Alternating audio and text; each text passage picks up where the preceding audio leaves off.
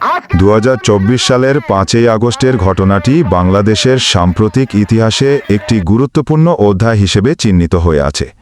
দীর্ঘ সময় ধরে চলা ছাত্র ও সাধারণ মানুষের ধারাবাহিক গণ আন্দোলনের মুখে তৎকালীন সরকারের পতন ঘটেছিল। ওই দিন প্রধানমন্ত্রী শেখ হাসিনা পদত্যাগ করে দেশ ত্যাগ করেন, যা ছিল এই আন্দোলনের চূড়ান্ত ফল। হয়েছিল কোটা সংস্কার এবং বৈষম্য বিরোধী ছাত্র আন্দোলনের মাধ্যমে। প্রাথমিক পর্যায়ে এটি ছাত্র শিক্ষার্থীদের দাবি দাওয়া নিয়ে সীমিত থাকলেও পরবর্তীতে তা সারা দেশে ছড়িয়ে পড়ে। বিশেষ করে তরুণ ছাত্র সমাজ এবং সাধারণ মানুষ এতে সক্রিয়ভাবে অংশগ্রহণ করে। শান্তিপূর্ণ বিক্ষোভ থেকে শুরু হয়ে আন্দোলনটি দ্রুত ব্যাপক জনবিক্ষোভের রূপ নেয়। সামাজিক যোগাযোগ মাধ্যমগুলো এই আন্দোলনকে সংগঠিত ও ছড়িয়ে দিতে গুরুত্বপূর্ণ ভূমিকা পালন করে।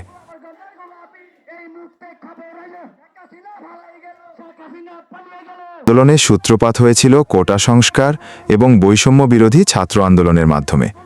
প্রাথমিক পর্যায়ে এটি ছাত্র শিক্ষার্থীদের দাবি দাওয়া নিয়ে সীমিত থাকলেও পরবর্তীতে তা সারা দেশে ছড়িয়ে পড়ে।